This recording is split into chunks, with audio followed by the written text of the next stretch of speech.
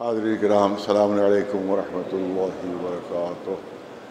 بسم اللہ الرحمن الرحیم۔ تو مسئلے ہیں، ظاہر کہ جو آج موقع نہیں ہے، کچھ ایک آج انشاءاللہ ہوگا 4-5 منٹ میں، اور انشاءاللہ دوسرا مسئلہ جو ہے وہ کل انشاءاللہ اگر اللہ نے توفیق دی تو عرض ہوگا۔ ایک بات ہمارے کئی برادران نے کہی ہے، اور وہ ہے کہ صاحب وہ ہے کہ ایک امامے کا مسئلہ آ رہا ہے کہ نماز پڑھانے والا جو ہے وہ صاحب امامہ ہونا چاہیے۔ کئی لوگوں نے کہا صاحب امامہ ہونا چاہیے۔ ہمارے قوم کے بھی ہمارے دوست نے کہا کہ صاحب امامہ ہونا چاہیے۔ تو میں کرنا چاہتا ہوں، اور بہت سچائی ہے اس میں، بہت بڑی حقیقت ہے کہ امامہ جو ہوتا ہے وہ علم کی دلیل نہیں ہوا کرتی۔ ہمارا علم کی دلیل نہیں ہوتا۔ میں بھی صاحب امامہ ہوں، لہذا میں کہہ رہا ہوں۔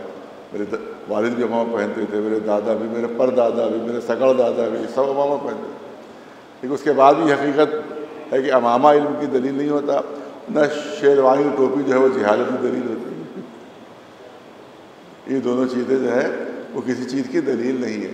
اس کے لیے ثبوت آپ کے سامنے موجود ہے کہ میں 13 برس تک قوم میں رہا، اور یہاں پر جو امامت فرمایا میرے امی محترم مولانا کبیر ساجد صاحب نے یہاں امامت کی، نہ وہ قوم کے پڑھے ہوئے تھے، نہ وہ نجف کے پڑھے ہوئے تھے، یہیں کے مدرسوں کے پڑھے ہوئے تھے، صاحب امامہ بھی نہیں تھے، دوپلی ٹوپی لگاتے تھے۔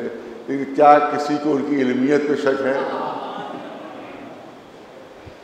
کیا ان کے عالم ہونے میں اور ان کو یہاں کے امام جمعہ بننے میں کسی کو شک و شبہ ہے؟ نہیں ہے، کیونکہ ظاہر ہے کہ وہ خالی ٹوپی پہنتے تھے، مگر خالی ٹوپی پہننا اس کا مطلب تھوڑی ہے کہ وہ عالم نہیں تھے۔ عالم تھے تبھی یہاں پر وہ امامت کرتے تھے۔ اسی طرح سے امامہ بھی علم کی دلیل نہیں ہوتا۔ پتہ نہیں کتنے مسجد میں کہہ رہا ہوں، پتہ نہیں کتنے کہ زیارت کرنے گئے اور امامہ پہن کے آ گئے۔ زیارت کرنے گئے تھے، میرے پاس موجود ہے مثالیں، زیارت کرنے گئے اور امامہ پہن کے آ گئے کہ میں تو ایران سے ہو کے آ رہا ہوں۔ اب جھوٹ بھی نہیں بولے، ایرانی سے آ رہے تھے وہ، مگر زیارت کر کے آ رہے تھے۔ اسے تو ایک صاحب کی مثال ایسی ہے میرے سامنے کی، میں نے مسجد میں پوری ذمہ داری تھے کہ نہ ایران گئے نہ عراق گئے، بلکہ صرف بمبئی گئے تھے، اور وہاں ہفتہ 15 دن رہ کے وہاں پہن کے واپس آ گئے کہ صاحب میں تو ہو آیا وہاں پر۔ ایسی مثالیں بھی موجود ہیں۔ تو اس کا مطلب ہم نہ علم کی دلیل ہے اور نہ شیروانی ٹوپی جو ہے وہ جہالت کی دلیل ہے۔ ایک واقعہ ہے، پتہ لطیفے کے طور پر ہے، یہ حقیقت ہے کہ ایک جگہ جو ہے وہ مسجد میں ایک مولانا نماز پڑھایا کرتے تھے۔ نماز میں شرکت کے لیے ایک دوسرے صاحب آتے تھے، وہ بڑا سا پگڑی باندھے ہوئے، بڑی سی پگڑی باندھے ہوئے، لوگوں نے بڑی عزت دی، ان کو پہلی صف میں بٹھایا، ان کو کہ صاحب بہت بڑے عالم ہیں۔ جو مولانا نماز پڑھاتے تھے پہلے تو پڑھاتے رہے، ایک مرتبہ وہ بیمار ہو گئے، وہ جو مولانا جو عالم دین نماز پڑھاتے تھے وہ بیمار ہو گئے 3-4 دن کے لیے۔ تب سب لوگوں نے کہا کہ انہی سے پڑھوائی جائے نماز، کہ جو یہاں پر اولی صف میں ہیں اور بڑا سا امامہ۔ اچھا، وہ عالم دین جو تھے وہ وعظ بھی دیتے تھے، نماز سے پہلے وہ وعظ دیتے تھے، اور بہت اچھا ان کا وعظ ہوتا تھا، بڑا عالمانہ وعظ ہوتا تھا۔ ان سے بھی کہا گیا کہ آپ نماز پڑھائیے، نماز سے پہلے وعظ بھی آپ کو دینا ہے۔ اب نماز پڑھا تو آسان تھا، وعظ دینا ان کے لیے مشکل تھا، ان کو بیچارہ کچھ آتا جاتا نہیں تھا، خالی بڑی سے بڑی انہیں بات نہیں تھی۔ تو وہ ممبر پر گئے اور اس کا مجمع سے پوچھا کہ جو میں کہنے والا ہوں تمہیں معلوم ہے یا نہیں ہے؟ تو پورے مجمع نے کہا ہمیں نہیں معلوم ہے۔ کیا کہنے والا؟ کہ ایسے جاہلوں کے سامنے میں تقریر نہیں کر سکتا جن کو کچھ ہی نہیں معلوم۔ اچھا، دوسرے دن پھر مسئلہ تھا، اب لوگوں نے آپس میں طے کیا کہ آج ہم لوگ کہیں گے کہ معلوم ہے، کیونکہ انہیں بہانہ کر لیا نہیں معلوم تو ایسے جاہلوں میں کون تقریر کرے۔ دوسرے دن پھر ابھی اصلی مولانا آئے نہیں تھے، انہیں پھر نماز سے پہلے جو وعظ کے لیے کھڑے ہوئے کہ جو میں کہنے والا ہوں تمہیں معلوم ہے یا نہیں، اس کا علم ہے یا نہیں؟ مجمع نے کہا علم ہے۔ کہ جب علم ہے تو پھر تقریر کی کیا ضرورت ہے؟ وہ پھر بیٹھ گئے وہاں کے اوپر۔ اب مجمع نے طے کیا کہ آدھا مجمع کہے گا معلوم ہے اور آدھا کہے گا کہ نہیں معلوم ہے، تاکہ کچھ تو بولے گے، کچھ تو تقریر کرے گے۔ اب پھر وہ کھڑے ہوئے نماز میں، کہا کہ بھائی کیا بات ہے، تم جو میں جو کہنے والا ہوں تمہیں علم ہے یا نہیں ہے؟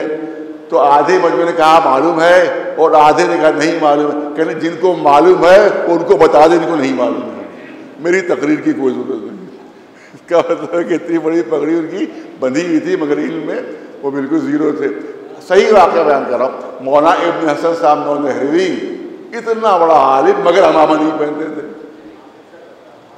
بزرگ جانتے ہی ہیں جتنی بڑی جس سے سنی ہوئی ہے، وہ ایک انگرکھا پہنتے تھے اور ایک دوپلی ٹوپی پہنتے تھے. مولانا غلام عسکری صاحب کو ملا، کب ان کو دیکھا عمامہ. اتنے بڑے خطیب، اتنے بڑے عالم، بڑی کتنی مثالیں موجود ہیں کہ عالم بھی ہے، خطیب بھی ہے مگر عمامہ نہیں. تو آپ کہیں ان کو پڑھے لکھے نہیں تھے، وہ ان کو لکھنا پڑھنا نہیں آتا. مولانا ابن حسن صاحب نونہروی کا واقعہ ہے. میرے والد کے استاد تھے، وہ میرے والد کے استاد. ان کے بیٹے شبیل حسن صاحب میرے استاد تھے اور مولانا ابن حسن صاحب نونہروی نادرۃ الزمن ابن حسن نونہروی میرے والد کے استاد تھے. وہ انہوں نے واقعہ بیان کیا کہ ایک مرتبہ کسی جگہ ان کو مجلس سے بلایا گیا تو پہلی مرتبہ جا رہے تھے. ان لوگ ان کو صورت سے جانتے نہیں تھے، نام سنا تھا. ایک دوسرے صاحب بھی ان کے ساتھ ہو لیے. وہ جب ساتھ ہوئے تو انہیں نے بہت بڑا عمامہ باندھا انہیں نے، اور بچوں نے قبا اپنی باندھی پہنی سب کی، وہ سب چلے ساتھ میں. اب جب وہاں اس علاقے میں پہنچے، ایک دیہات تھا، تو لوگ سمجھے کہ یہی ابن حسن نونہروی ہیں جو پگڑی باندھے ہوئے اور اتنی اچھی قبا پہنے ہوئے. تو جیسے ہی اسٹیشن کے پر اترے تو سب انہی کا استقبال کے لیے دوڑے. ارے بڑی رحمت کیا آپ نے، تشریف لایا، ان کو گود میں بھی اٹھا لیا، استقبال کرتے ان کو لے گئے. اور اب انہی کی خاطر مدارات ہو رہی ہے جو اصلی ابن حسن صاحب ان کو کوئی پوچھ بھی نہیں رہا. انہی کی ساری خاطر مدارات ہو رہی ہے، ان کو صاف سلامت ہو رہی ہے، ان کو مصافحہ کر رہے ہیں اسے. پھر جب مجلس کا وقت آیا تو انہی سے کہا کہ بسم اللہ. اب یہ جو ابن حسن صاحب ہے وہ ممبر کے نیچے بیٹھے ہوئے، ان سے کہا بسم اللہ. وہ ممبر پر جب چلے گئے تو اب ظاہر کو تقریر کرنا آتی تھی، نہ بولنا آتا تھا. وہ کچھ بول نہیں پا رہے تھے. تو انہوں نے کہا اتنی مشہور شخصیت اور یہ بول نہیں پا رہے، ان کو تو کچھ بھی نہیں آتا. خیر بڑی مشکل سے جب ممبر سے اترے تو لوگوں نے ابن حسن صاحب سے خود کہا کہ آپ تو ان کے ساتھ آئے ہوئے ہیں، اتنی بڑی شخصیت ابن حسن صاحب کی، اتنا نام، وہ تو کچھ بھی نہیں بول پائے. کہ بے وقوفو وہ ابن حسن ہی، میں ہوں ابن حسن. تم نے پگڑی دیکھ کر ان کو اتنی بڑی ممبر پر چڑھا دیا. تو اس کا مطلب پگڑی ہونا علم کی علامت نہیں ہوتا ہے. لہٰذا یہ جو غلط فہمی پھیلائی جا رہی، بعض لوگ کہہ رہے تو یہ بات غلط ہے. تو یہ بات سامنے رہنا چاہیے. دوسری چیز یہ ہے کہ وہاں جب دہلی میں واقعات ہوئے انشاءاللہ اس سلسلے میں بھی آج تو نہیں عرض ہو سکا کیونکہ اس میں ذرا تفصیل تھوڑی کل انشاءاللہ عرض کیا جائے کس طرح سے دشمنوں کو الحمدللہ وہاں شکست ہوئی ہے اور کس طرح سے وہ سازش انہوں نے کی تھی، وہ سازش ناکام ہوئی ہے الحمدللہ. اور انشاءاللہ جو ہے وہاں کی سازشیں ناکام ہوتی رہیں گی اور انشاءاللہ جو خلوص سے وہاں خدمت کر رہے ہیں ان کو کامیابی ملتی رہے گی. اور جن لوگوں نے سازش کی تھی خود انہی کی بےمانیاں کھل کر سامنے آئی ہیں. لہٰذا انشاءاللہ کل اس سلسلے میں تھوڑی سی گفتگو ہوگی تاکہ ہماری پبلک کو آپ کو معلوم ہو سکے کہ کیسی کیسی سازشیں کی جا رہی ہیں. اور خاص طور سے ایسے وقت میں کہ مولوی چھوڑے جا رہے ہیں کیونکہ وقف بل کا معاملہ ہے، اس کے سلسلے میں احتجاج کا معاملہ ہے، اس کے لیے پبلک کو سامنے آنے کا معاملہ ہے. لہٰذا ایسے مولوی چھوڑے جا رہے ہیں اس لیے تاکہ وقف بل کی تحریک کو ناکام ہو جائے. لہٰذا اس پہ بہت ہوشیاری کی ضرورت ہے. ایسے مولویوں سے بہت ہوشیار رہنا چاہیے جو حکومتوں کے ایجنٹ رہے ہیں، سیاسی پارٹیوں کے ایجنٹ رہے ہیں.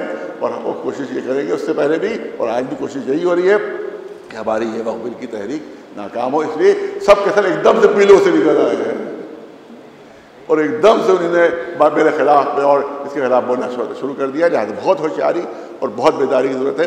کسی بھی بہکاوے میں نہیں آئیے، کسی بھی جھوٹ میں نہیں آئیے گا. یہ نہ کہیے کہ ممبر سے کہا جا رہا ہے. ایک صاحب نے وہیں کہا صاحب ممبر سے کہا گیا، ممبر سے کہا گیا. تو میں نے کہا ممبر پر سے تو علی پر تبرہ بھی ہو رہا تھا، آپ ہوتے تو اس کو بھی صحیح مان لیتے. تو اس کا مطلب ہے کہ ممبر سے اگر کوئی بات کہی جائے یہ سمجھ لیجیے یہ دیکھیے وہ مولوی کون ہے، کہیں کا ایجنٹ تو نہیں ہے، کسی کا ایجنٹ تو نہیں ہے، کسی کا اعلی کار تو نہیں ہے وہ جو تحریک کو ناکام کرنے کے لیے اس کو معین کیا گیا.